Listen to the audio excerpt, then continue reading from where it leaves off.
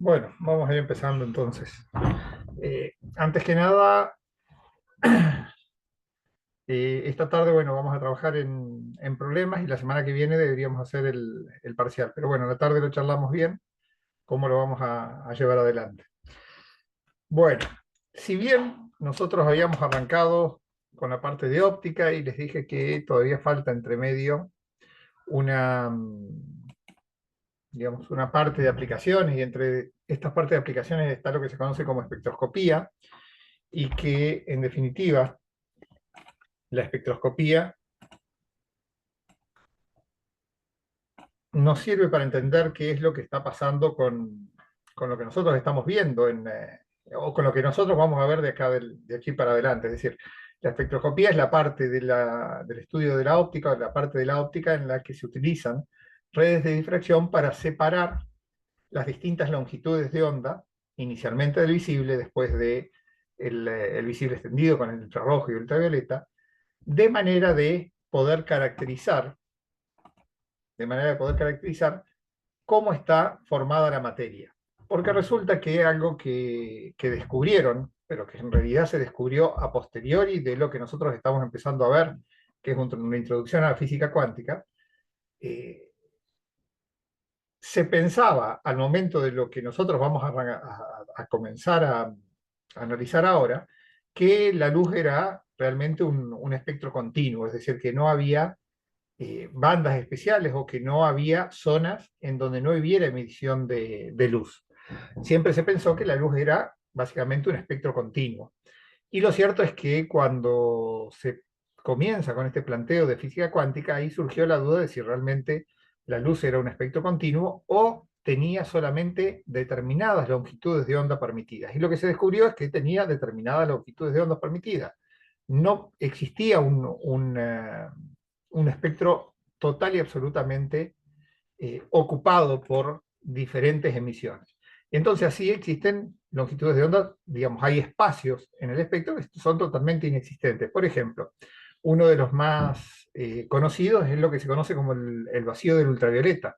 Es decir, nosotros llegamos hasta 190 nanómetros aproximadamente, y de 190 nanómetros hasta microondas no hay emisión de radiación electromagnética, hay un vacío. ¿Y por qué? Porque en realidad la emisión de, de radiación electromagnética obedece, en definitiva, perdón que estoy tratando de dejar entrar.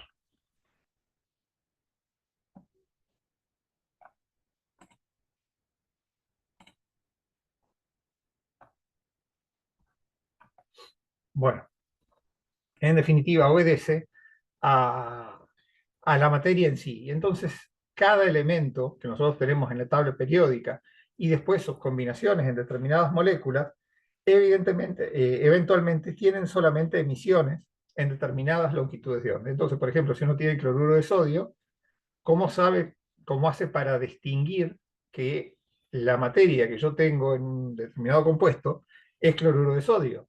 Porque lo que voy a hacer es, de alguna forma, convertir a este átomo, esta molécula en realidad, de cloruro de sodio, de tal manera que absorba energía y que esa energía se convierta en emisiva de radiación electromagnética. Es decir, emita radiación electromagnética en el espectro, por ejemplo, visible. ¿Estamos? Le aporto suficiente energía como para que emita en el espectro visible. ¿Y qué es lo que ocurre? Que cuando analizo las líneas espectrales voy a encontrar que tengo el doblete del sodio, que es específicamente el sodio tiene solamente dos longitudes de onda, y entonces si me aparece el doblete del sodio yo sé que tengo sodio. Y después voy a ver las otras líneas espectrales que aparecen, y las voy a comparar con las del cloro, y entonces yo sé que tengo cloruro de sodio porque son las únicas dos líneas espectrales que voy a encontrar. Entonces, bueno, después vamos a retomar el tema de espectroscopía y todas las aplicaciones que tiene, pero esto como para que quede en definitiva claro que no están permitidas todas las longitudes de onda. Pero la duda de todo esto no surgió a partir de la óptica, sino que esto surgió a partir de la termodinámica.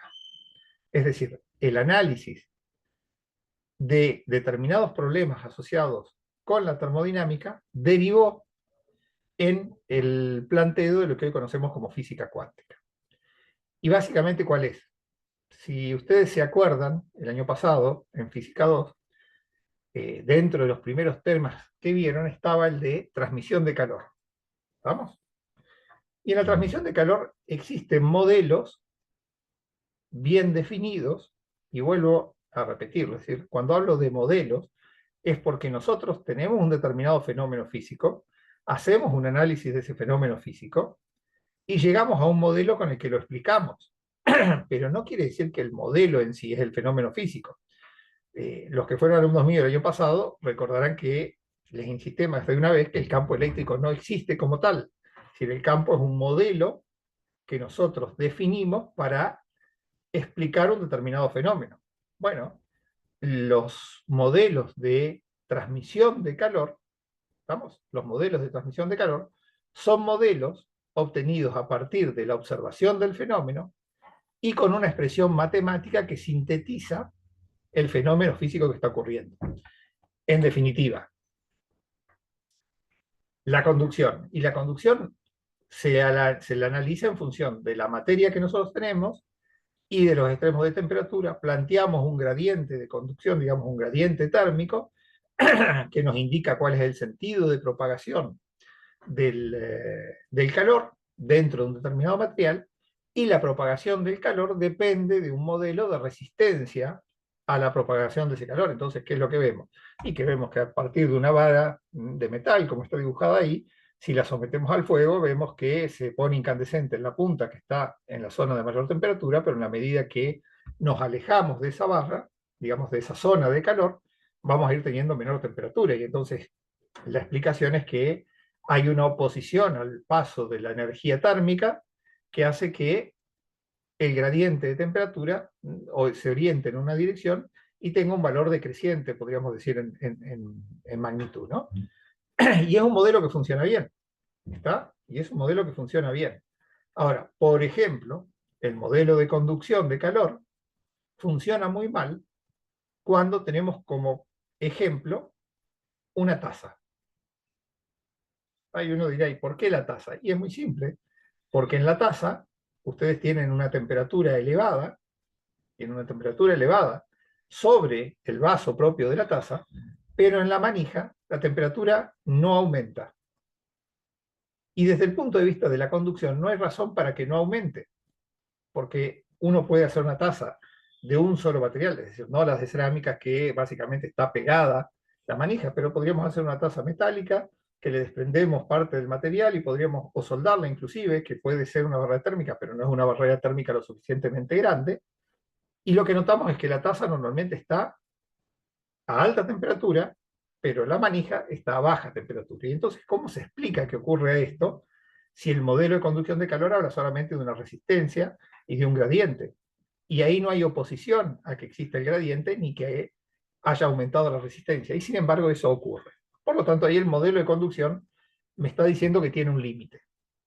¿Estamos? Hay otra teoría que lo explica bien, y es que en realidad la radiación, perdón, la radiación electromagnética, la conducción térmica es también un proceso de radiación dentro del material. Y entonces lo que se está transmitiendo es una onda electromagnética dentro del material con una determinada atenuación dentro de ese material, y por lo tanto se explicaría, si el fenómeno fuera ondulatorio, a través digamos, de conceptos de difracción u otros, qué es lo que está ocurriendo con la manija de la taza. Ahí uno lo podría llegar a explicar sin ningún inconveniente. ¿Por qué? Y porque resulta que si ustedes observan, la manija de la taza normalmente tiene un tamaño acotado, y entonces, ¿qué? Si le aplicamos difracción y adentro hay una onda, y lógicamente, si la abertura es menor al tamaño de la onda, de la longitud de onda, como lo vimos, no se produce difracción, y por lo tanto no se podría producir conducción de calor. ¿Estamos? Sería un segundo modelo, pero que no está del todo aceptado. El modelo de la termodinámica, salvo para la conducción en ese caso particular, o para el caso de la radiación, funciona muy bien. ¿Estamos? De hecho, toda nuestra tecnología de transporte hasta el día de hoy es termodinámica. Gran parte de la tecnología de generación de energía eléctrica es termodinámica, es decir, utilizamos conceptos de la termodinámica para hacer funcionar tecnología, Y ese modelo funciona muy bien. ¿Estamos? Ahora, no quiere decir que sea un modelo absoluto. Puede tener límites y como todo modelo, tiene acotado su alcance. Cuando llegamos al alcance de la termodinámica, particularmente en el concepto de radiación, tuvimos que saltar a una nueva teoría. Y esa nueva teoría, ¿por qué saltamos a una nueva teoría? Porque dejaba más cosas sin explicar que las que daba por sentada. ¿Vamos? Entonces, ¿qué se planteaba? Todo cuerpo que tiene una temperatura elevada emite radiación. ¿Cómo lo sabemos? En fines de 1800. Todavía no están redactadas las ecuaciones de Maxwell. No tenemos certeza de que la luz sea una onda y no tenemos certeza de que haya un fenómeno de radiación electromagnética. La radiación electromagnética, hasta antes de Maxwell, no era considerada como tal. ¿Estamos? Era eléctrica o magnética. Y entonces, claro, ¿qué es lo que veía ahí? Que vos tenías ahí un fueguito prendido, podías sentir el calor sobre las manos y lo podías sentir por dos formas. Es decir, una, a la distancia, veías que tu palma de la mano podía aumentar su temperatura en función del fuego que tenías a una distancia relativamente grande. Lo que podía hacer pensar que era un fenómeno de convección o también un fenómeno de conducción a través del aire. ¿Qué es lo que pasaba? Sacabas el aire, ponías una barrera en la que, por ejemplo, un recipiente en el que se hubiera hecho alto vacío, un recipiente de vidrio que se hubiera hecho alto vacío, y la radiación electromagnética seguía llegando, y ya no podía haber ni conducción ni convección. Entonces esto disparó toda una serie de conjeturas respecto de lo que estaba pasando. ¿Estamos? Aparece Maxwell, genera las ecuaciones electromagnéticas. Maxwell y Hertz terminan derivando en el concepto de onda electromagnética. La onda electromagnética se la puede aplicar a la luz. De hecho, lo probaron ustedes, la relación directa entre la velocidad de la luz, las constantes dieléctricas, el campo eléctrico y el campo magnético, deja por sentado en claro que la luz es radiación electromagnética. Y entonces ahí, bueno, lo tenemos resuelto. Radiación electromagnética de tipo de espectro continuo, no de espectro discreto, de espectro continuo. Entonces teníamos un modelo que cerraba bastante bien. ¿Qué es lo que ocurre? ¿Cómo es que se produce la emisión de luz? Fines de 1800, por altas temperaturas. Ajá, por alta temperatura generamos emisión de luz. Pero si el cuerpo no está lo suficientemente caliente, no tiene una temperatura lo suficientemente elevada, vemos que el nivel de radiación que se emite es relativamente bajo. Inclusive podría no existir visible, pero la mano sigue detectando la emisión de calor. Y entonces ahí se llega a la conclusión de, aparte de otros experimentos, que el espectro tenía algo antes del visible y algo después del visible, ultravioleta e infrarrojo. Y entonces, ¿en qué se centran en ese momento? En el estudio del infrarrojo.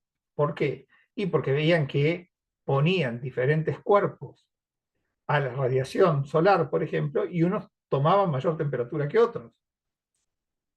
¿Y cómo puede ser posible? ¿Está? ¿Cómo puede ser posible que haya cuerpos que tengan una mayor temperatura y otros menor temperatura al estar expuestos a la misma fuente de radiación? Es decir, empezaron a aparecer toda una serie de conceptos, empezaron a aparecer toda una serie de conceptos interrogantes que hasta el momento no se los podía resolver con la teoría electromagnética. De acuerdo a la teoría electromagnética, los dos cuerpos deberían, al estar absorbiendo un espectro continuo, deberían alcanzar la misma temperatura independientemente de su color o de su textura. ¿Está? Entonces, ¿qué pasaba? Veían que un cuerpo rugoso alcanzaba mayor temperatura que el mismo material pulido. Y entonces, bueno, ¿qué es lo que está sucediendo ahí?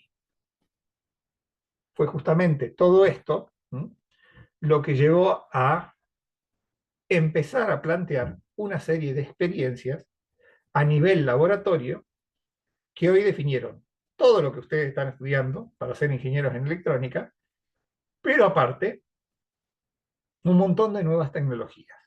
¿Está? Lo más común es lo que vemos ahí a la izquierda, es decir, la termografía. ¿Qué es la termografía? Y en definitiva son imágenes térmicas de falso color, obtenido a partir de qué zona, del infrarrojo lejano. Es decir, fíjense en el espectro del infrarrojo que tenemos aquí abajo, tenemos las microondas, e inmediatamente después de la microonda está lo que se conoce como espectro lejano del infrarrojo. Y el espectro lejano del infrarrojo va aproximadamente entre los 5 micrones y los 100, 150 micrones, 200 micrones. Bueno, ya sabemos que el espectro no está del todo acotado. ¿Y a qué corresponde esa longitud de onda? Y esa longitud de onda corresponde a la temperatura que puede tener el perro o que podrían tener ustedes. Es decir, todo cuerpo que está ahí en el orden de los 30, 35, 37 grados emite radiación electromagnética. Ustedes, de hecho, emiten radiación electromagnética que puede ser detectada por un sensor de tipo de efecto de campo, como es el piroeléctrico, los sensores piroeléctricos que integran la cámara termográfica, alrededor de los 10,5 micrones. ¿Estamos? Un láser de dióxido de carbono emite radiación electromagnética en el orden de los 10,5 micrómetros. ¿Está? Entonces fíjense que la luz emitida por ese láser, que es un láser industrial, es equivalente a la luz que están emitiendo ustedes por tener una temperatura de 35-37 grados. ¿Estamos? Si uno tuviera visión infrarroja, que de hecho existe, por ejemplo, las serpientes o la mayor parte de los reptiles, tienen un sistema de detección infrarrojo. ¿Que cuál es? Es la lengua que le permite detectar fuentes de calor y con eso caza. Y aunque a ustedes les parezca mentira, su principal sistema sensor, su principal sistema sensor en el cuerpo humano, digamos, en el cuerpo de ustedes, no es la visión, ni es el sonido, no es el oído, sino que es la piel. ¿Estamos? Es donde tenemos mayor cantidad de células, digamos así, es donde tenemos la mayor cantidad de sensores distribuidos en todo el cuerpo. Y esos sensores, básicamente, ¿de qué son? Y básicamente de presión y sensores de temperatura. ¿Qué rango de temperatura? Del infrarrojo. ¿Estamos? Ustedes tienen sensores en todo el cuerpo que detectan radiación infrarroja. Y uno dice, ¿pero cómo detectan radiación infrarroja? Sí, tienen un sensor en la piel que detecta radiación infrarroja y aumento de temperatura. ¿Qué significa que detecta radiación infrarroja? Que el sensor está absorbiendo radiación electromagnética, aumenta su temperatura y ustedes lo entienden como algo que tiene una mayor temperatura, sin que necesariamente exista contacto. ¿Va? Entonces el sistema sensor más importante que tenemos no es en el visible, sino es en el infrarrojo. Y lo tenemos distribuido alrededor de todo el cuerpo. ¿Y por qué? Y porque básicamente lo que regula nuestra temperatura y es lo que evita que nos vayamos de los rangos de temperatura dentro de los que nosotros podemos vivir. Entonces, es una adaptación fantástica. Mientras que, piénsenlo, nuestros ojos están adaptados a un espectro mucho más arriba en frecuencia. Nos permite ver el visible. ¿Por qué nos adaptamos al visible? Y porque resulta que el Sol tiene el pico de emisión en la longitud de onda del verde. Y entonces ahí también tenemos asociado nuestro sistema de visión y, más allá del de visión, el infrarrojo para poder movernos con seguridad en el ambiente en el que nosotros vivimos. ¿Está? De todas formas, ¿cómo funciona el infrarrojo? Porque lo único que se entendía es que a una determinada temperatura empezaba a existir radiación electromagnética que uno la podía medir en el espectro de los infrarrojos. Claro, estamos hablando fines de 1900, estos interrogantes empiezan como les dije, a disparar una serie de hipótesis, pero años después empiezan a aparecer fuentes de luz, ¿estamos? Empiezan a aparecer fuentes de luz, la primera que apareció fue el tubo fluorescente, basados en los fenómenos de fluorescencia y fosforescencia, que eran conocidos pero no explicados, ¿está? Fíjense, ¿qué es la fluorescencia o la fosforescencia? Es la capacidad de determinados materiales de absorber energía, almacenarla y después liberarla. ¿Estamos? Un material fosforescente que tiene digamos, un tiempo de decaimiento mucho mayor que los fluorescentes, que es de muy poca duración. Los materiales fosforescentes, basados en flúor y fósforo, que los dos tienen esa característica, básicamente, ¿qué hacen? Absorben luz que les está incidiendo y después la devuelven lentamente. ¿Dónde vieron eso? ¿Está? ¿Dónde en la física vieron algo que reciba energía, la almacene y después la libere lentamente? Fíjense, en termodinámica es la energía interna. Entonces el modelo de energía interna, como trabajo menos, o calor menos trabajo, que habíamos visto que está en los libros, es totalmente válido, ¿no? Es totalmente válido para los materiales fosforescentes. Y uno dice, a ver, no, en ese caso tendríamos energía igual a energía interna, porque absorben energía lumínica y devuelven energía lumínica, entonces serían dos térmicos, ¿no? Claro, pero si ustedes piensan, existen también los eh, materiales fotoquímicos, la varilla que la quiebran y al quebrarla emite luz. ¿Pero por qué al quebrarla emite luz? Porque ustedes le hicieron trabajo.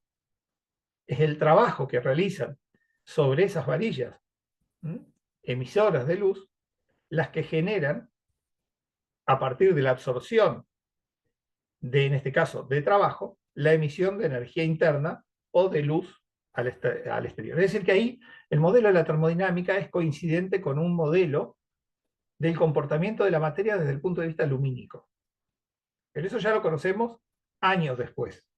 Ya lo podríamos, en realidad eso es consecuencia de haber tenido un modelo físico que nosotros vamos a ir avanzando ahora. Una de las cosas que resulta más difícil de entender es cómo relacionamos las fuentes de luz con la temperatura. Entonces, fíjense, si miramos acá el perro, vemos que la temperatura en función de los colores y la zona de los ojos está en 35 grados, la lengua está en 35 grados, pero el resto del cuerpo, el pelo, parecería estar a una temperatura menor. Inclusive, fíjense, por acá hay alguna zona negra, es decir, estaría alrededor de los 22 grados, en las zonas más de menor temperatura. Bueno, pero en realidad acá ocurren dos cosas que hay que explicar más en detalle. Pero, por ejemplo, si yo tengo un LED, ¿está?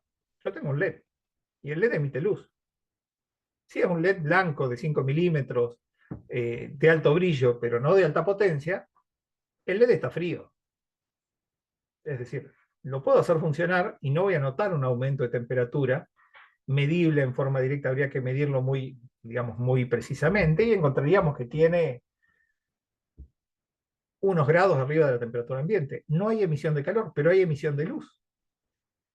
Ahora, esa luz que emite, ese LED, está a un determinado nivel de emisión con una determinada curva espectral, y con una determinada emisión de color. Normalmente los LED blancos, estos de los que estoy hablando, tienen un alto contenido de azul y un muy bajo contenido de rojo.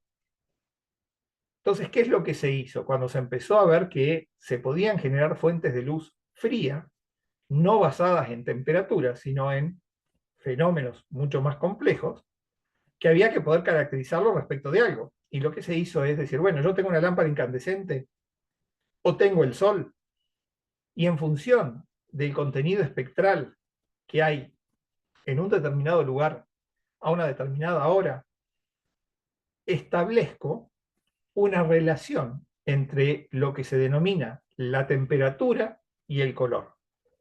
Esto se llama temperatura de color. Si ustedes compran una lámpara de LED hoy, cuando compraban las lámparas de bajo consumo también, cuando compraban las incandescentes, no.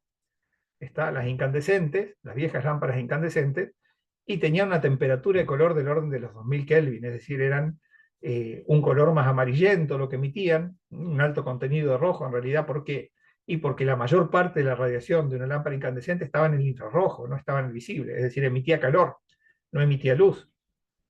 Pero con los LED, yo puedo tener LED de 3500 Kelvin, y es una luz amarillenta, muy parecida a la luz de las lámparas incandescentes, o puedo tener LED de 6500 o 6700 Kelvin. ¿Está? Sin embargo, la temperatura que tiene la lámpara es la misma. Bueno, porque en realidad el fenómeno de generación de luz es totalmente diferente al de generación de luz por temperatura. Pero hacemos una equivalencia entre lo que es la generación de luz por temperatura con cualquier fuente de luz que no genere luz por temperatura. Entonces los LED los relacionamos con esta escala térmica, y la escala térmica les dice que, bueno, fíjense, los LED de mayor emisión, y en realidad se podría ir mucho más allá, pero no se utilizan, porque en realidad no tenemos una buena recepción espectral en esa longitud de onda, o en esa temperatura de color, son los 6500 Kelvin, 6700 Kelvin. Hay algunas luminarias de alumbrado público que trabajan ahí. La mayor parte de las luminarias de alumbrado público o de iluminación que ustedes utilizan en casa, que es lo que se conoce como blanco frío, está en el orden de los 5300 Kelvin. Y lo que se llama blanco cálido está en el orden de los 3300, 3400 Kelvin, por aquí abajo. Así que cuando compran una lámpara, ustedes tienen que saber que esa definición en temperatura de color, es decir, 3000 Kelvin, 4000 Kelvin, 5300 Kelvin, 5700, 6500 Kelvin, obedece a un contenido espectral equivalente, equivalente a lo que sería una temperatura de un material, por ejemplo, luz de una vela, ahí hay, ¿qué cosa? Combustión, luz de tungsteno, una lámpara incandescente, fíjense, y después ya se lo empieza a relacionar con salida del sol, luz del atardecer o luz solar directa, día despejado, cielo azul pálido, es decir, cuando, digamos, estamos al mediodía, bien al mediodía, y tenemos el máximo de emisión, bueno, por la dispersión de la atmósfera y demás, diríamos que estamos llegando a una temperatura equivalente a lo que sean una fuente elevada a 10.000 Kelvin. Lo que también es una equivocación hacer este planteo, porque ustedes piénsenlo de la siguiente manera. La materia es la que emite luz. Y si yo llevo un determinado material, por ejemplo, sodio, a 10.000 Kelvin, va a seguir emitiendo el doblete. ¿Está? No importa qué temperatura lo lleve, desde el momento en que empieza a ser emisivo, emite el doblete. No tiene la capacidad de emitir otra longitud de onda. Es decir, siempre va a ser amarillo. ¿Estamos? Entonces, bueno, la temperatura de color es una temperatura equivalente de caracterización de un espectro continuo de emisión que en realidad no existe. ¿Estamos? Por lo tanto, ¿qué es? Un modelo. ¿Ah? Y es un modelo usado principalmente en la parte de luminotecnia. Y es un modelo válido. ¿Tá? Es un modelo válido para lo que lo usamos, pero en realidad no existe como tal. ¿Estamos? Digamos, este espectro continuo. A eso voy.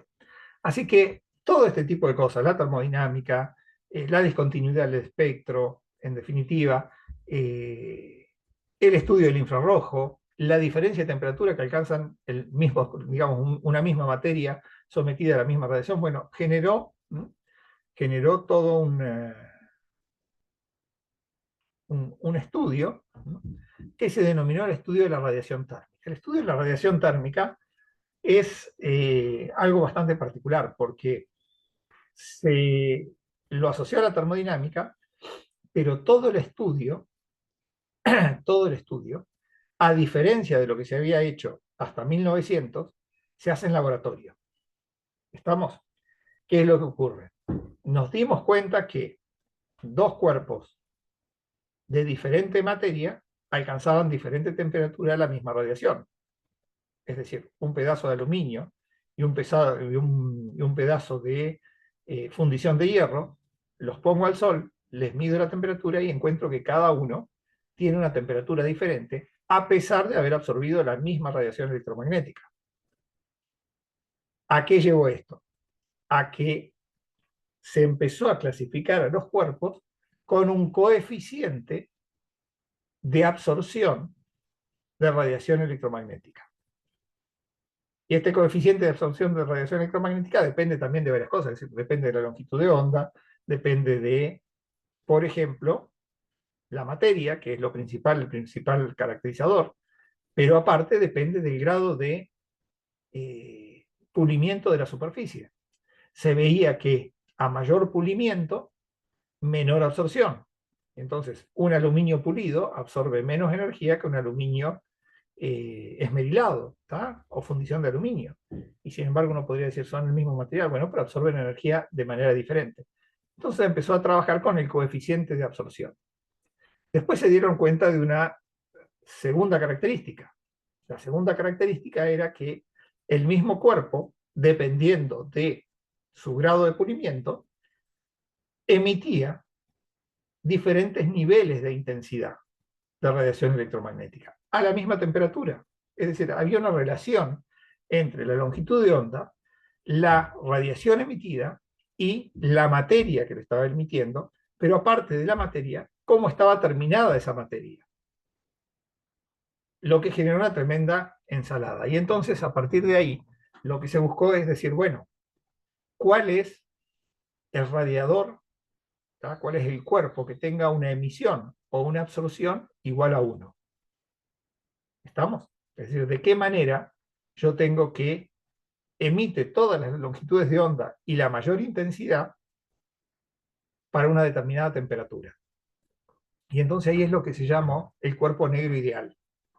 El cuerpo negro ideal es lo que se hipotizaba que era la referencia de todo, pero que en ese momento no era posible de reproducir de ninguna manera, hasta que alguien se dio cuenta que independientemente del material que ustedes tuvieran, ¿estamos? Independientemente del material que ustedes tuvieran, si hacían una cavidad dentro del material y esa cavidad le dejaban una pequeña abertura, la radiación emitida desde esa abertura era equivalente a la radiación del cuerpo negro. ¿Y esto cómo se veía?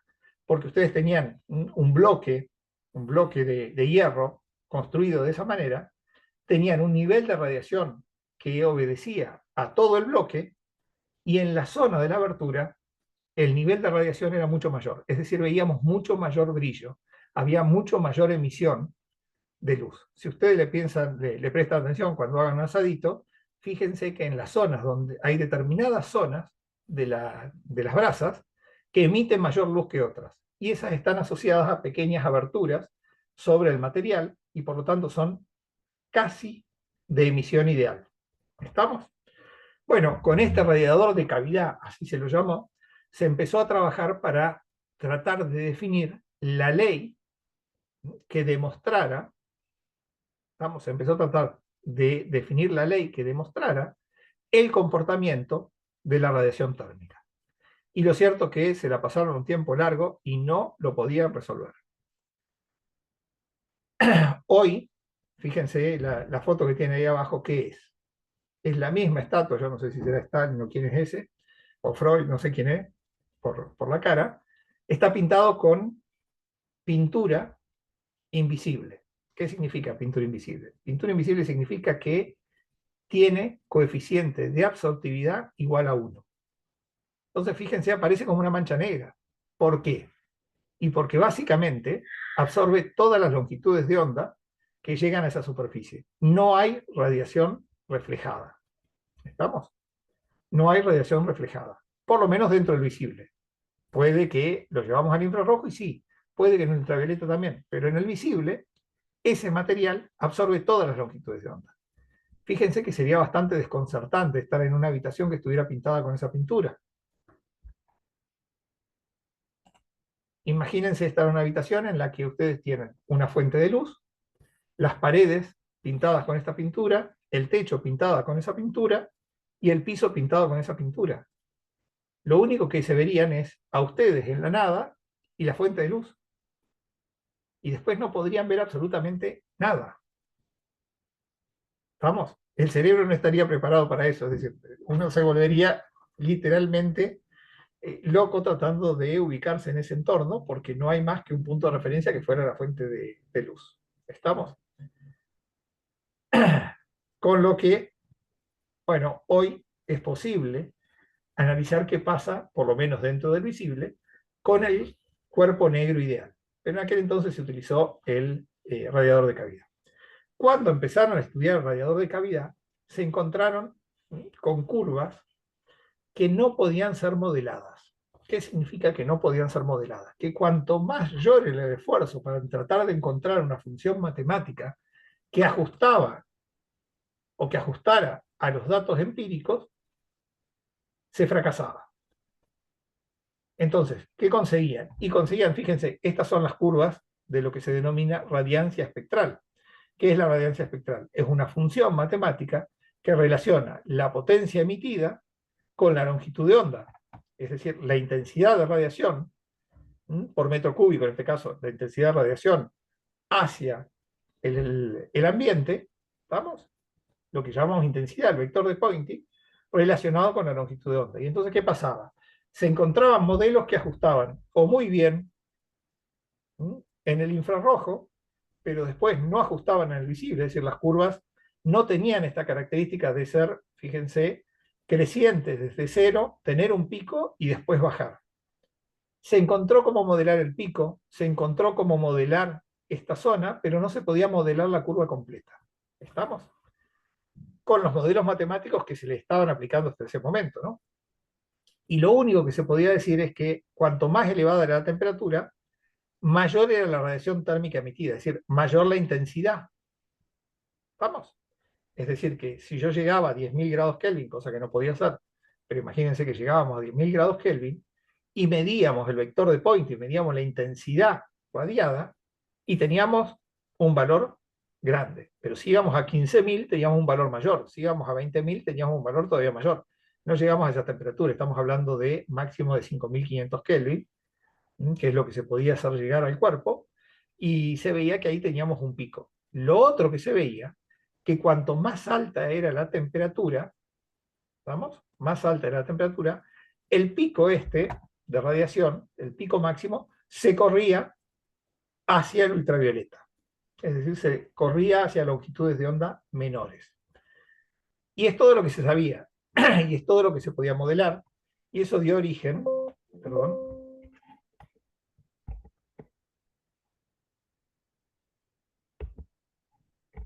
¿esto se colgó? ¿Qué pasó? Ahí está. Epa. Eso dio origen a lo que se conoció como el primer modelo, la ley de Stefan Boltzmann, donde lo que se encontraba es que la intensidad radiada era proporcional a una constante, a un par de constantes, multiplicada por la temperatura a la cuarta. ¿Está? En realidad se asoció todo a una sola constante, que es la constante de Stefan Boltzmann, que la intensidad radiada era sigma por T a la cuarta. Y eso es todo lo que se sabía. Esto ajustaba bien. Es decir, se encontraba el pico de 5.000, de 4.000, de 3.000, de 3.500 y demás. Y el radiador de cavidad, como yo les explicaba, es eso que está ahí. Es decir, es un cuerpo al que se le aumenta la temperatura, en este caso está funcionando como absorbedor de cavidad, lo que es bastante difícil de evaluar, pero como emisor funciona bien porque la radiación sale por esa pequeña abertura, y si ponemos una pantalla delante de eso, analizamos solamente la radiación que proviene de la pantalla y podíamos medir sin ningún problema. Hubo otros intentos de modelado, pero que terminaron en lo que se conoció como la catástrofe del ultravioleta, es decir, la ley de Bien podía ajustar muy bien, epa, que no me anda no me pasa hacia adelante y hacia atrás, y el mouse me anda para miércoles. Ahí está. La ley de Bien podía, digamos, ajustar muy bien al infrarrojo, pero cuando queríamos ajustar al ultravioleta no se conseguía, y eso se conoció como la catástrofe ultravioleta. Bueno, ese señor que está a la izquierda, que no tiene que ver con la versión argentina, que está en la fotografía, y los puse porque son igualitos, es decir, alguna vez me preguntaron, ¿y qué hace ese hombre ahí que es un político? Fíjense que entre Planck y este hombre que no me acuerdo ahora cómo se llama, el parecido es increíble. Ahora, Planck hablaba poco y decía mucho, y este otro es un político que habla mucho y dice poco en general, pero Julio Bárbaro. Julio Bárbaro, ¿está? Son igualitos, salvo por los anteojos, son igualitos uno con el otro.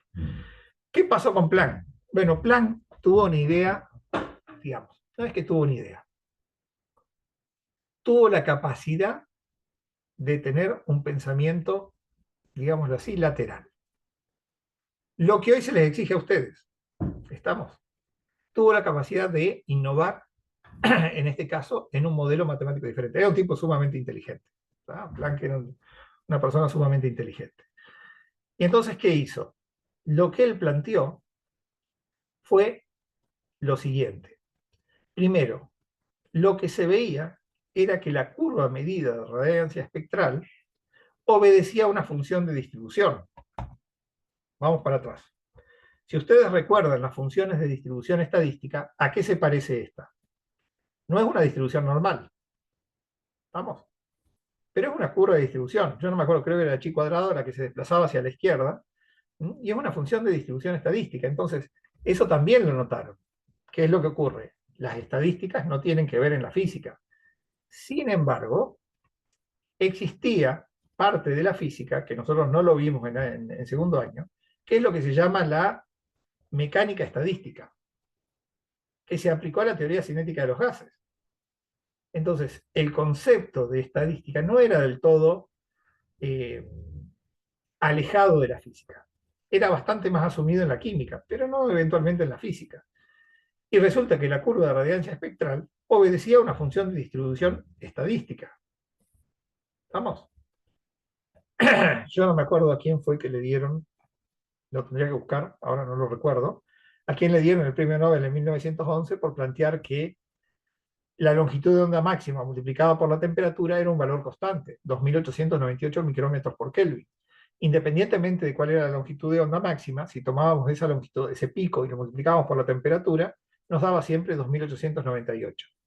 Y eso fue un segundo aporte, es decir, el primero es la temperatura a la cuarta y el segundo es que la longitud de onda por la temperatura daba 2.898 micrómetros por Kelvin. ¿Qué es lo que plantea Planck? Bueno, Planck, tomando un poco la idea de la mecánica estadística y tratando de llevarlo a lo que se estaba observando por una curva de distribución empírica, estamos, medida, termina planteando en que la realidad pasaba por considerar que lo que ocurría dentro alrededor de cavidad no era un comportamiento continuo, sino que era un comportamiento discreto.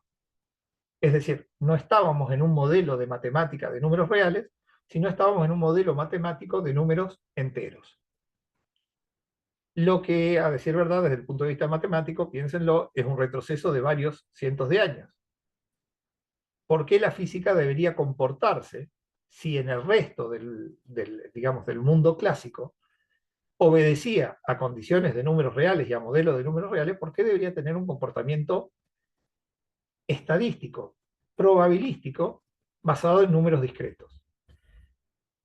La verdad que era muy discutido. Entonces, Planck plantea un primer modelo diciendo que la radiancia espectral obedecía a este modelo que está acá.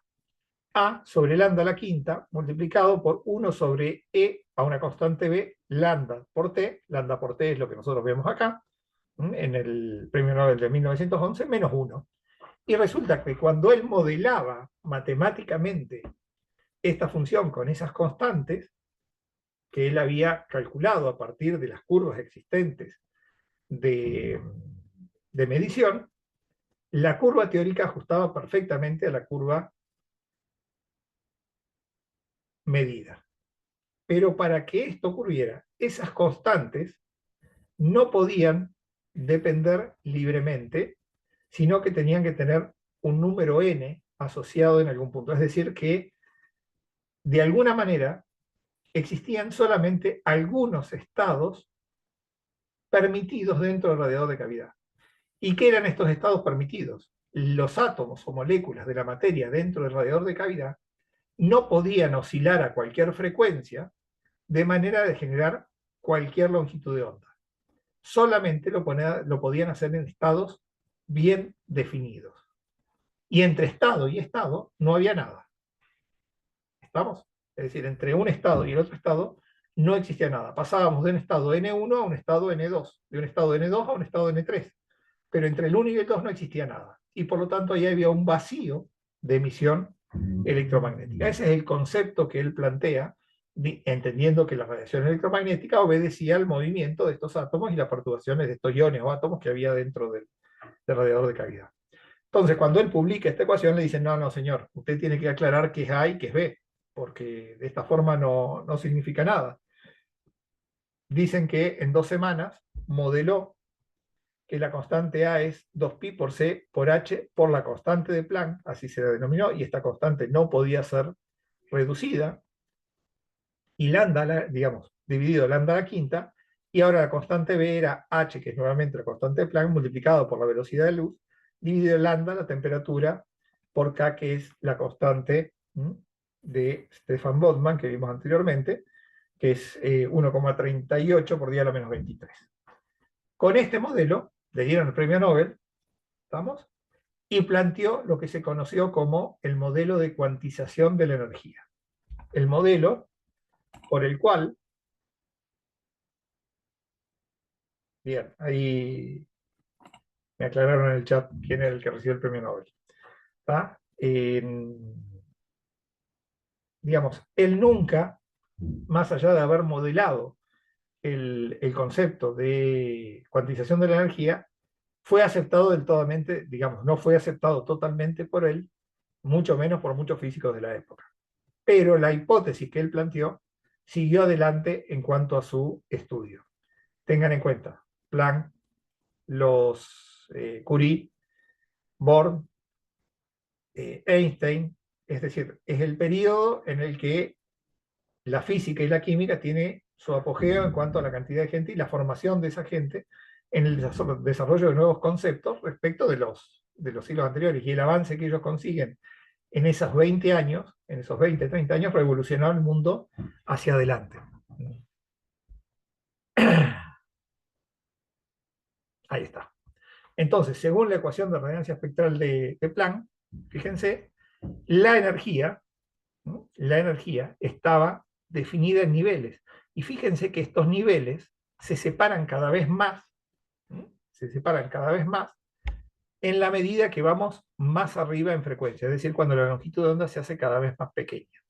¿Qué significa? Que para saltar del estado base a la primera liñita que tenemos acá, la 1, cuando la frecuencia es baja, ¿qué es lo que ocurre? La energía aportada tiene que ser relativamente baja. ¿Estamos? Si yo todavía me corro, fíjense, si yo corro la frecuencia a valores más bajos, me voy a las microondas, el salto entre un nivel y otro es básicamente nulo. Entonces, ¿qué es lo que ocurre? Por debajo del visible y del infrarrojo, cuando ya estamos en las microondas y de las microondas para todo el resto del espectro, este modelo no tiene sentido. ¿Por qué? Porque los saltos de energía que existen son extremadamente bajos y por lo tanto podríamos definir un espectro continuo de radiación electromagnética. Pero a partir del infrarrojo, estos saltos empiezan a tener un distanciamiento energético, y ese distanciamiento energético nos está diciendo que entre medio de esos dos estados no existe estado permitido. Y como los estados no son permitidos, las radiaciones electromagnéticas tampoco lo son. ¿Estamos? Así que fíjense que en la medida que vamos más arriba en frecuencia, la energía entre el estado 1 y el estado 2, el salto energético se hace cada vez más grande. Y entonces acá hay que tener una relación entre directamente la frecuencia, la energía de los osciladores y la longitud de onda, perdón, la frecuencia, la energía de los osciladores y, en definitiva, la temperatura.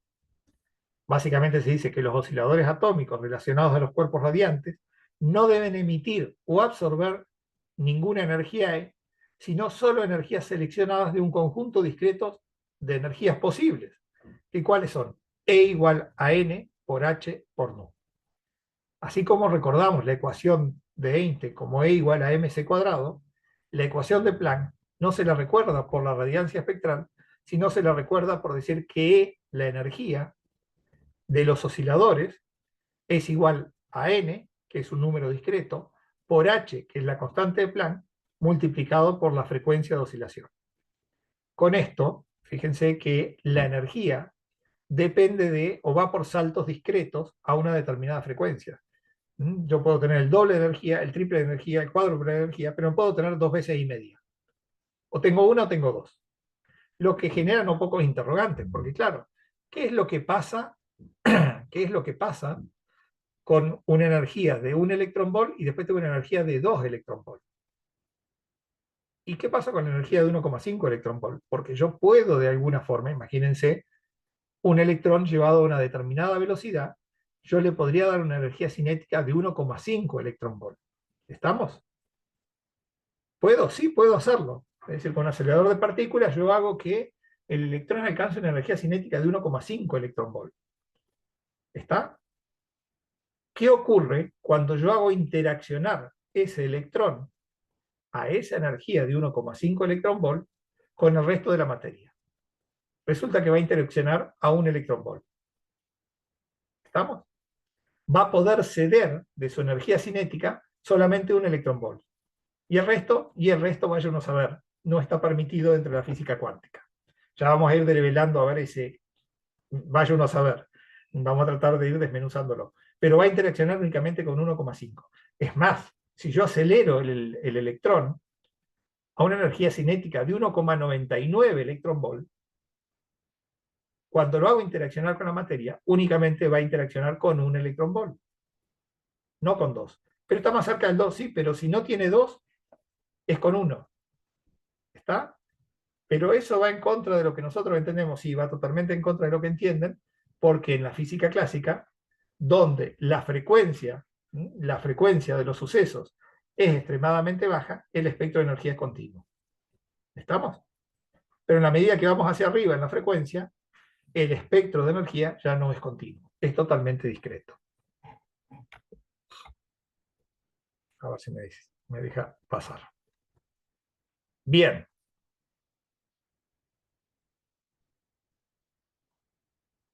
No me anda la ruedita el mouse y no me pasa con... Ahí estamos. Fíjense, ahí tienen parte de las actividades, no las vamos a hacer esta tarde. Esta tarde vamos a resolver problemas de física. Pero uno de los temas a resolver quedó cuando vimos en radiación térmica, perdón, cuando vimos en termodinámica, el concepto de capacidad calorífica. ¿Se acuerdan que arrancamos definiendo el calor específico? Es decir, esto tengan en cuenta, esto es una proyección de la termodinámica. ¿Estamos? Una proyección de la termodinámica a partir de la radiación térmica.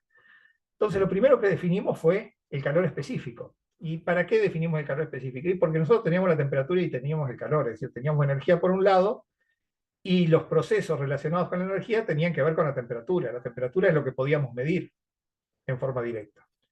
Y entonces, ¿qué es lo que planteaba el calor específico? Y el calor específico era la cantidad de calor que necesitábamos para aumentar la temperatura 1 grado centígrado de un determinado material.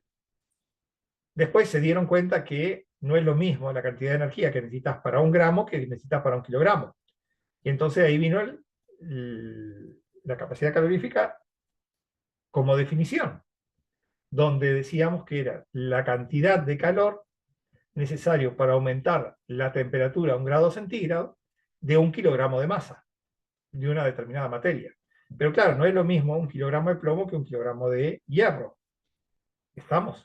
¿Por qué? Y porque ocupan volúmenes diferentes, tienen densidades diferentes. Y entonces, ¿cómo nos independizamos de esto?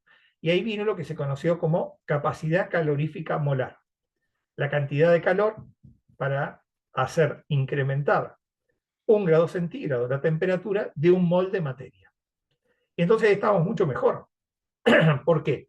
Porque en ese planteo, ¿estamos? En ese planteo, básicamente todos los materiales tenían la misma capacidad calorífica molar, que era de 23 Joule mol por Kelvin. ¿Estamos? Joule de energía, mol de materia por cada grado de temperatura. 23 Joule mol por Kelvin. Pero ¿qué pasaba? Ahí se les pide que después lo estudien más en detalle. Había elementos anómalos. Por ejemplo, el carbono. El carbono, como elemento, tenía 6 Joule mol por Kelvin. Y había otros que tenían también valores muy bajos. Entonces, ¿cómo puede ser que todos los elementos de la tabla periódica ajustan bien y había 6, 7 elementos que no ajustaban bien? Bueno, como no tenían explicación, se los llamó elementos anómalos. ¿Está? Lo que van a tener que ustedes averiguar es cómo se resolvió el problema de los elementos anómalos y quién tuvo que ver en la resolución de los elementos anómalos. Bueno, eso si lo buscan en la bibliografía, y ese es el trabajo que quiero que hagan, está, van a encontrar la respuesta. Otro de los problemas sin resolver era el del efecto fotoeléctrico. Es decir, ubiquémonos, Planck resuelve el problema con su teoría de la cuantización de la energía para la emisión de radiación infrarroja, visible e ultravioleta. Es decir, él tenía la curva de temperatura, frecuencia, o de temperatura, longitud de onda, intensidad, como una función estadística, ¿estamos? Donde el principio era que los osciladores que generan la radiación electromagnética de emisión oscilaban a frecuencias discretas. No lo hacían a frecuencias continuas. ¿Estamos? ¿Qué pasaba? Había otro efecto conocido, que era el efecto fotoeléctrico. El efecto fotoeléctrico es derivado del tubo de rayos catódicos, es decir, cuando estaban estudiando electromagnetismo, estaban tratando de unificar lo que hizo después Maxwell, observaban lo siguiente: habían construido un dispositivo como el que nosotros vemos aquí abajo. Es decir, tenías una diferencia de potencial, esta diferencia de potencial la podías variar en su valor a través de la resistencia, medías corriente y medías tensión. Y medías tensión entre un cátodo y un ánodo. ¿Estamos? Entonces, ¿qué pasaba? Dentro de este tubo, que vos lo podías considerar de vacío, podías hacer lo siguiente: aumentabas la batería hasta un determinado nivel y observabas que desde el ánodo, ¿tá? O mejor dicho, desde el cátodo, se emitían electrones que iban hacia el ánodo, perdón. ¿Y cómo observábamos este fenómeno? Lo veíamos por un aumento de la corriente eléctrica. ¿Estamos? Hasta ahí está todo bien. Es decir, ¿no? Le aumentabas la diferencia potencial y se desprendían electrones del cátodo e iban al ánodo y medías la corriente eléctrica. Lo único novedoso era que vos podías arrancar electrones, ¿no? Podías arrancar electrones de la materia, en este caso la materia era el cátodo, y podías ver que si inclusive le aumentabas la temperatura del cátodo, la emisión de electrones era todavía mucho mayor. ¿Estamos? Pero si vos lo trabajabas a una temperatura constante, veías que la emisión de electrones dependía simplemente del potencial. Con lo cual ahí se empezó a describir un poco el tema de la distribución de bandas de valencia y de conducción, cuáles eran los elementos que podían permitir la conducción eléctrica, cuáles eran los que liberaban electrones a partir de una diferencia potencial, electromagnetismo. ¿Estamos? Totalmente definido como electromagnetismo. Pero no sé quién tuvo la mala idea, no, hay que buscarlo, yo no me acuerdo bien quién era, quién tuvo la mala idea de hacer incidir luz sobre el cátodo. Entonces, claro, si vos hacías incidir radiación electromagnética sobre el cátodo, estabas aportando energía. Si estabas aportando energía, era el equivalente a estar aportando calor. Es decir, ibas a tener que observar una liberación de electrones mayor en función de la intensidad de luz que incidiera sobre el cátodo. Inclusive uno podría decir, si incide luz directamente sobre el cátodo y la cantidad de luz es lo suficientemente fuerte, tiene que haber desprendimiento de electrones. ¿Está? Y de hecho se registraba. Podía haber desprendimiento de electrones. De hecho, se había podido documentar ese desprendimiento de electrones. Ahora, ¿qué es lo que ocurría cuando vos lo intentabas modelar en el laboratorio? Fíjense las curvas que tenemos a la derecha. ¿Estamos? Tenemos una curva A y una curva B. La curva A corresponde a un potencial eléctrico y la curva B corresponde a un segundo potencial eléctrico que vos podrías definir dentro de variaciones de potencial eléctrico dentro de este experimento. Entonces, fíjense que tanto la curva A como la curva B, donde la curva B es 2 veces la intensidad de la luz de la curva A, ¿estamos? Observamos que, de hecho, para la misma diferencia potencial, fíjense acá en el extremo, para una diferencia potencial B alta, teníamos el doble de corriente eléctrica registrada. ¿Está? Básicamente vemos el doble de corriente eléctrica registrada cuando aumentamos el potencial. Pero cuando nosotros vamos disminuyendo el potencial, en la medida que vamos disminuyendo el potencial, fíjense que ambas curvas empiezan a converger y llegan a un punto en el que el potencial negativo es independiente de la intensidad de luz. ¿Estamos? El potencial es independiente de la intensidad de luz. Puedo cuadruplicar la cantidad de luz y sigue existiendo el potencial de frenado BF. ¿Está? Un punto a partir del cual, no es posible, independientemente de la intensidad de luz que incida, arrancar electrones. ¿Estamos?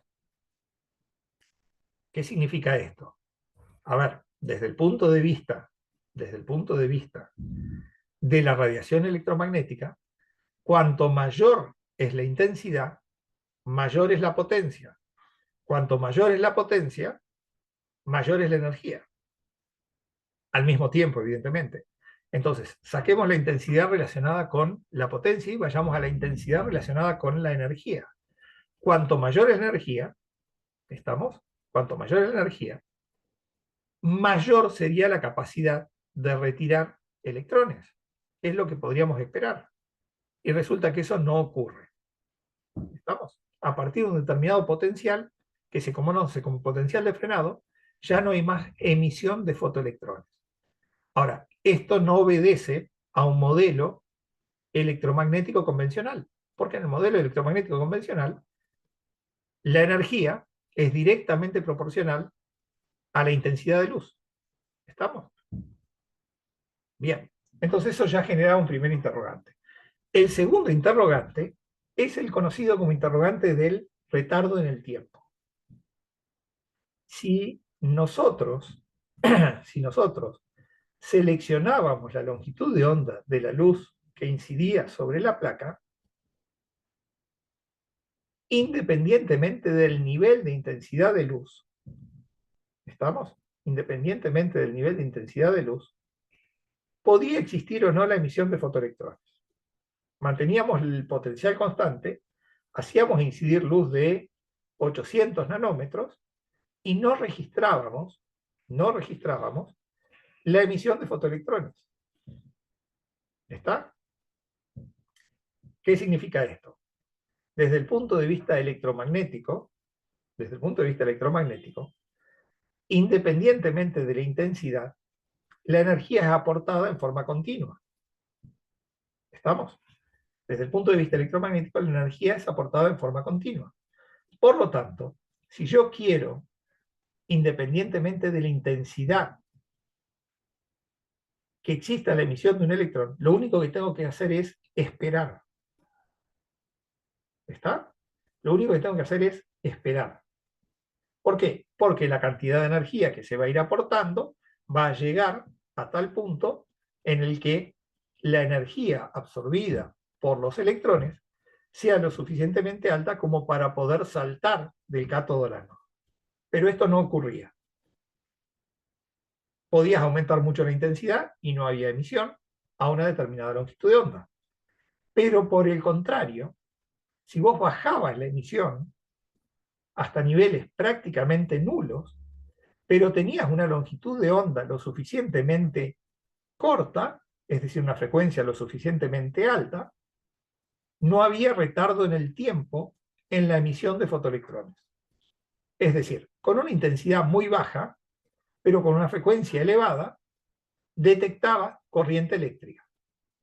Lo que tampoco era posible. ¿Por qué? Porque desde el punto de vista ondulatorio, la energía está asociada a la onda, y si vos no tenés intensidad, no podés transferir energía en forma directa. ¿Está claro? Entonces, claro, el efecto fotoeléctrico generaba realmente un interrogante importante a la hora de modelarlo, porque no obedecía de ninguna manera a los conceptos de electromagnetismo. Y esto generó un cortocircuito importante. Ese cortocircuito importante, ahí tienen más detallado el problema de la frecuencia, el retardo en el tiempo, y el de la intensidad, relacionado con la gota de Millikan y demás, Bueno, después esto lo van a analizar más en detalle. Este problema fue resuelto. Epa, voy a tener que cambiar el mouse nomás. Ahí está. Fue resuelto por este hombre, ¿tá? Que ya lo conocemos, que todos pensamos que él tiene el premio Nobel por la teoría de la relatividad, pero en realidad no tiene el premio Nobel por la teoría de la relatividad, sino lo tiene por haber explicado y modelado el fenómeno del efecto fotoeléctrico. Que años después se descubrió que el modelo que él planteó era acotado y no era 100% válido, pero revolucionó el mundo de la física. ¿Está? De hecho, ni siquiera él del todo estaba convencido, al igual que Planck, qué es lo que ocurría ahí, ¿no? Pero le dieron el premio Nobel por eso. ¿Cuál fue el planteo revolucionario de Einstein? Ninguno. Le dieron el premio Nobel por haberle, entre comillas, truchado la ecuación a Planck. Es decir, desde el punto de vista matemático, tomó la ecuación de Planck, pero la aplicó de una forma diferente. ¿Estamos? La aplicó de manera que no es que los osciladores son solamente los que están limitados en los estados energéticos, sino, sino que la radiación electromagnética está limitada en los estados energéticos y en su interacción con la materia también está limitada. ¿Qué significa? Si la radiación proveniente de la fuente de luz obedece a la ecuación E igual a NH por nu, la energía proveniente de la radiación no tiene todos los estados posibles. Tenemos que olvidarnos de la radiación electromagnética e inventar un nuevo concepto. Y ese nuevo concepto fue llamado fotón.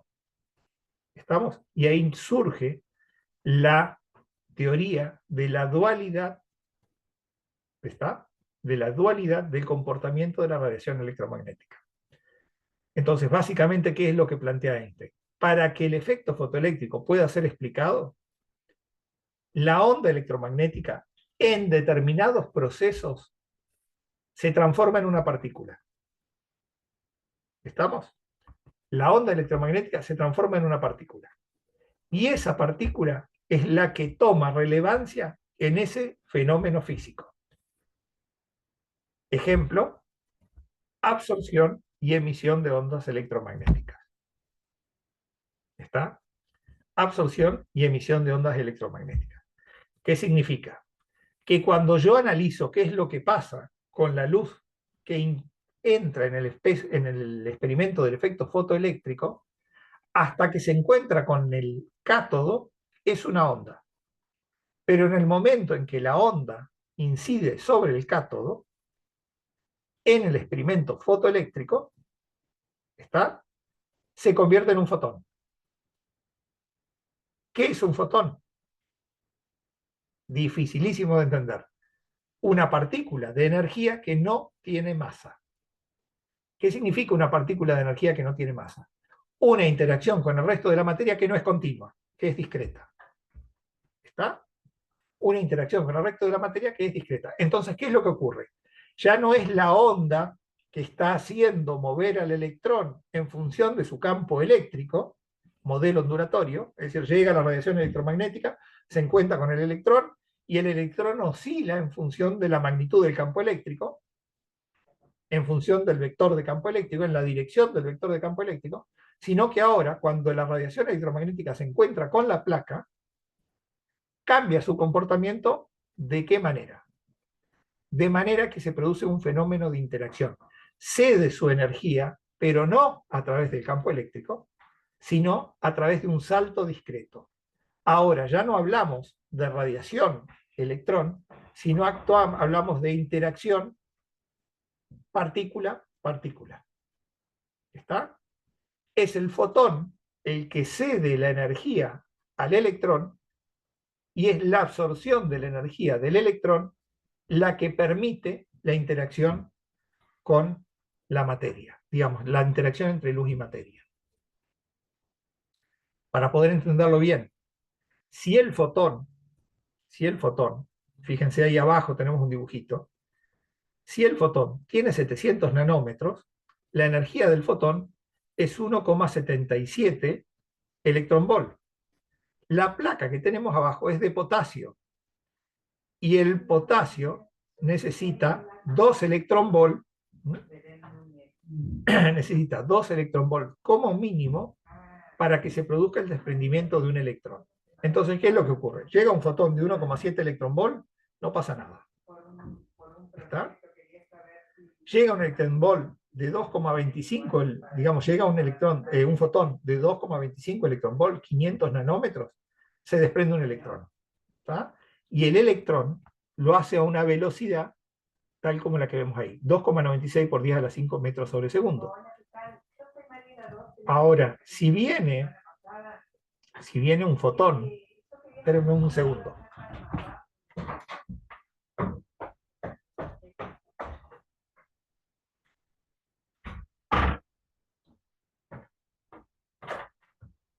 Ahí estamos. Ahora, si interviene un fotón de 3,1 electronvolt, la energía va a ser mayor. ¿Estamos? Va a ser mayor. La energía cinética. Pero fíjense, la energía es 2 electronvolt para poder ser arrancado. La energía del fotón de 550 nanómetros es 2,25 electronvolt. Y a 3,1 electronvolt, la energía para ser arrancado sigue siendo 2 electronvolt. Es decir, en un caso me sobran 0,25 electronvolt y en el otro caso me sobran 1,1 electronvolt. Esa diferencia de energía se va en la velocidad de extracción. 2 es para arrancarlo. Si tengo menos de 2 no pasa nada. Si tengo más de 2, lo que sobra se va en energía cinética. ¿Estamos? Y 2 quedan retenidos para ser arrancados. Así es como debe entenderse el planteo. Y entonces, bueno, justamente a Einstein le dan el premio Nobel de Física, no solamente por haber definido el efecto fotoeléctrico, haberle truchado la ecuación a Planck, sino por haber planteado el modelo del fotón. Porque de hecho el fotón se conoce como el fotón de Einstein. Cuando lo llevamos al efecto fotoeléctrico, fíjense que la ecuación E igual a H nu es igual a la función de trabajo del metal más la energía cinética máxima. Si ustedes pensaban que mc cuadrado había salido de la relatividad, fíjense que no, salió de acá. La energía cinética máxima es mc cuadrado más K, que es la energía cinética de traslación de ese electrón dentro del efecto fotoeléctrico. Fíjense que mc cuadrado ahora tiene un sentido diferente.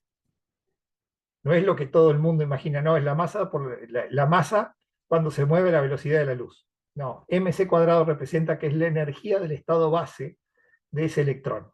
¿Estamos? Es la energía de estado base del electrón más el K, que es la energía cinética que le podemos llegar a agregar. En la ecuación del efecto fotoeléctrico, el primer término, esta función acá, se conoce como función de trabajo. ¿Estamos? Se conoce como función de trabajo. Y es lo necesario para arrancar el electrón. Fíjense que con este planteo se resuelven todos los problemas. Primero, el potencial de frenado. ¿Por qué existe un potencial de frenado? Porque hacemos que la energía aportada por la fuente, la energía potencial aportada por la fuente, sea mayor que el potencial de trabajo. Es decir, el potencial B de la fuente supera al potencial de trabajo. Entonces, independientemente de la energía que tengan los fotones, independientemente de la energía que tengan los fotones, no es posible arrancar fotoelectrones porque estoy polarizando en forma inversa. Y esa polarización en forma inversa la consigo para cualquier nivel de intensidad de luz a una longitud de onda particular. ¿Estamos? Es decir, si yo fijo 550 nanómetros de emisión, el potencial de frenado o función de trabajo va a estar relacionado con esos 550 nanómetros. Entonces, independientemente de la cantidad de energía que yo haga incidir sobre el cátodo, no va a haber emisión de fotoelectrones. ¿Por qué? Porque la energía no depende de la cantidad de fotoelectrones solamente, sino que depende de la energía de cada fotón. ¿Está claro? Entonces, como la energía ahora depende de los fotones y la interacción es 1 a 1, fotón-electrón, ¿qué es lo que ocurre? Si el fotón no tiene suficiente energía, no va a poder llegar nunca a la función de trabajo. Tengo que ir a una longitud de onda más corta para correr el potencial de frenado y que se produzca la emisión de un fotoelectrón. Por lo tanto, la cuantización de los fotones o el fotón de Einstein describe perfectamente el problema del potencial de frenado. Segundo, retardo en el tiempo. ¿Por qué no se produce retardo en el tiempo? Imagínense que yo tengo un sistema muy sensible. Puedo medir la corriente equivalente a un electrón. Si yo bajo la intensidad de luz hasta tal punto de tener un solo fotón, voy a tener que es posible arrancar un electrón si la energía del fotón es lo suficientemente elevada. Y para que esto se produzca, no tengo que esperar que la onda aporte la suficiente energía. ¿Estamos? No hace falta esperar que la onda acumule energía para arrancar el electrón. Directamente, al fotón interactuar con un electrón, se produce la emisión del electrón.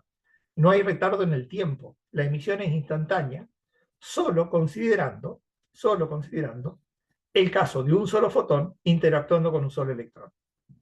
N fotones van a conseguir N electrones. Y el retardo en el tiempo, independientemente de qué punto de intensidad estemos, va a ser nulo. Por lo tanto, ya la energía de la onda en su proceso de absorción o de interacción con la materia, no la vamos a clasificar a partir del vector de Poynting, sino que la vamos a clasificar como la cantidad de fotones de una determinada energía que interactúan con el material. Es un concepto totalmente distinto. En el vector de Poynting lo que importa es la magnitud del campo electromagnético y su distribución espacial. Acá lo que importa es la cantidad de electrones, perdón, la cantidad de fotones y la energía de esos fotones individuales. Por lo tanto, puedo tener 100.000 millones de fotones, pero si la energía individual de los fotones no es suficiente, no tenemos que esperar que ocurra absolutamente nada. ¿Está claro? Bien. Y voy a llegar hasta acá. Y la semana que viene vamos a retomar a partir del efecto fotoeléctrico, la semana que viene no, la otra, vamos a retomar a partir del efecto fotoeléctrico, pero ya aplicado justamente a las celdas fotovoltaicas, que es, bueno, justamente lo que hoy está de, entre comillas, de moda en Argentina con respecto a las energías renovables, la utilización de paneles fotovoltaicos. ¿Y el panel fotovoltaico qué es? El panel fotovoltaico no es nada más que la aplicación directa del experimento del efecto fotoeléctrico. ¿Estamos? Donde con el uso de semiconductores lo que vamos a generar es justamente la generación de corriente a partir de la interacción fotón-electrón en el material semiconductor. ¿Estamos? Así que bueno, nada más. A la tarde vamos a trabajar sobre problemas de óptica física en preparación para el parcial. Y bueno, nada más. Nos vemos por la tarde. Bueno, hasta Profe, luego.